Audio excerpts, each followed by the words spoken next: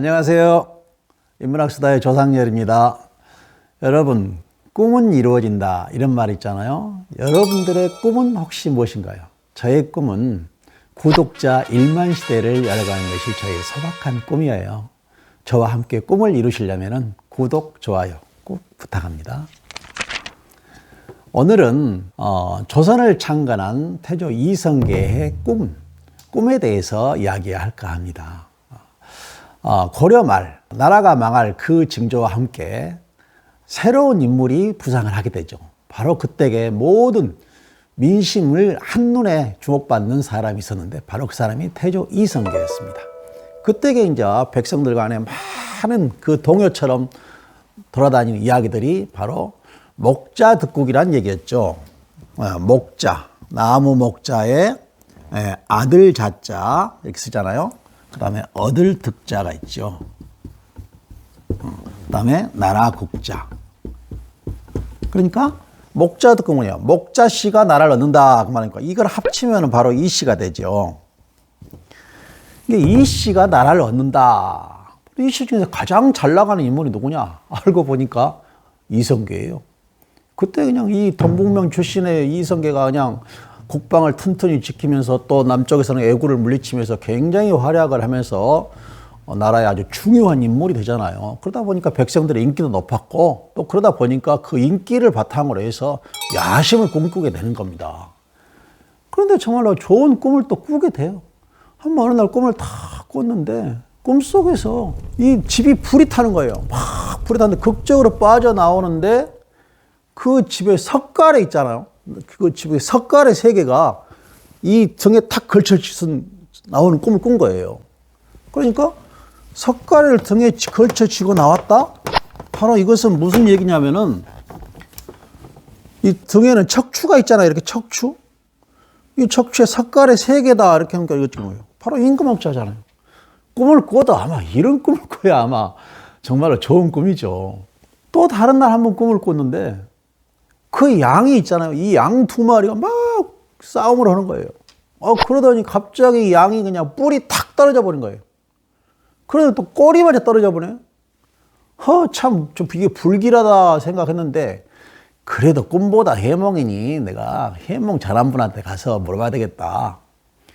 그래가지고 그 당대의 고승이라는 무학대사를 찾아가게 된 거예요. 무학대사한테 대사, 내가 이러이러한 꿈을 꿨으니 해몽을 좀 해주시오. 그러니까.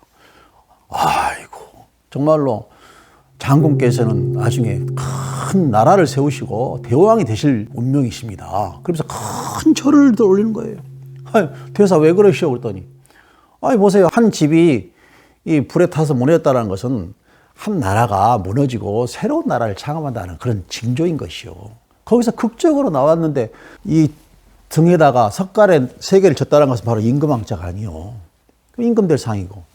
또 양꿈을 꿨다고 했는데 이게 양자 양꿈 아닙니까? 근데 이 양을 꿈을 꿨는데 여기서 뿔이 떨어져 버렸다?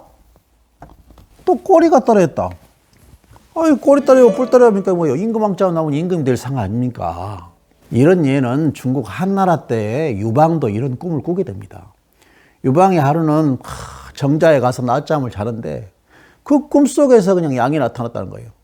그러더니 그냥 뿔이 떨어지고 꼬리가 탁 떨어졌는데 나중에 그 꿈대로 그 한나라를 세우고 이 왕이 됐지 않습니까? 바로 이런 상당히 좋은 길몽인 것입니다. 이렇게 애언을 해주더라는 겁니다. 그러더니 이성계는 너무나 그냥 이게 막 기분이 업된 거예요.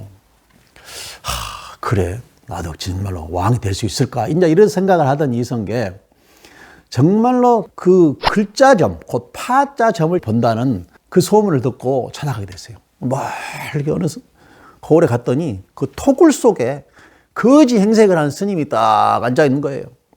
그런데 그 분이 그냥 그렇게 파자점을 잘 보는지 막 문전성시를 줄을 서고 있습니다. 그래서 이성계도 신분을 감춘 채 초라한 복장에 지팡이 하나를 손에 들고 이제 찾아가서 기다린 거예요. 때가 돼서 보니까 이성계 앞에 어떤 사내 하나가 먼저 들어가서 이제 파자점을 치게 되는 겁니다. 걸승 앞에 딱 섰는데 걸승이 많은 글자를 갖다가 바닥에다 깔아놓고 그 여러 글자 중에서 하나를 짚으라 하는 것이 바로 이 파자점이에요. 근데 그 사내가 많은 글자 중에서 딱 무슨 글자를 짚느냐? 바로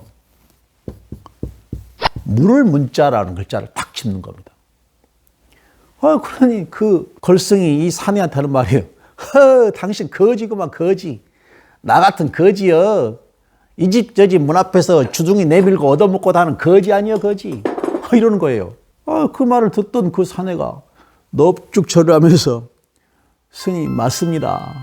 저는 가문도 다 그냥 풍비박산 당하고 살림도 망하고 지금 이 집 저 집 얻어먹고 다니는 문전 걸시가는 그런 거지 신세입니다. 하더라는 거예요. 다음에 이성계 차례 됐어요.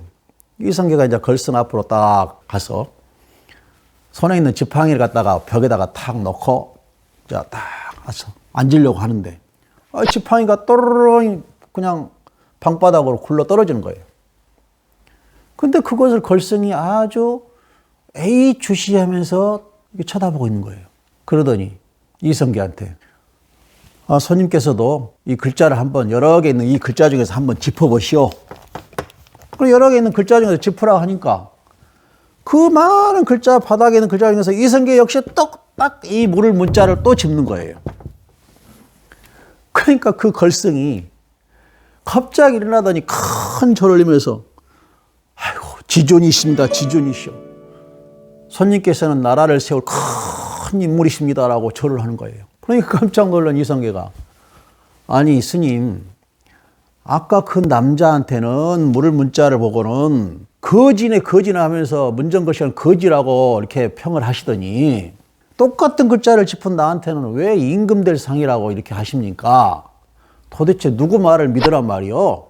이렇게 그냥 따지듯이 물으니까 이 운명이라는 것은 어떤 사람이 어떤 상황에서 어떻게 하냐에 따라 다 다른 겁니다. 똑같은 글자를 짚었다고 해서 다 똑같은 운명이 나오는 것은 아니에요. 아까 그 사내는 이 글자를 짚을 때에 내가 먹으려고 얻어다 놓은 그 밥 옆에서 짚었어. 그러니까 그 사람은 입을 대고 밥이나 얻어먹는 그런 물을 문자를 갖다가 거지라고 내가 평을 한 것이요. 그런데 손님께서는 바로 이 물을 문자를 짚을 때에 바로 왕자 옆에서 짚은 거예요. 아니 제가 짚을 때에 왕자가 어디에 있었습니까?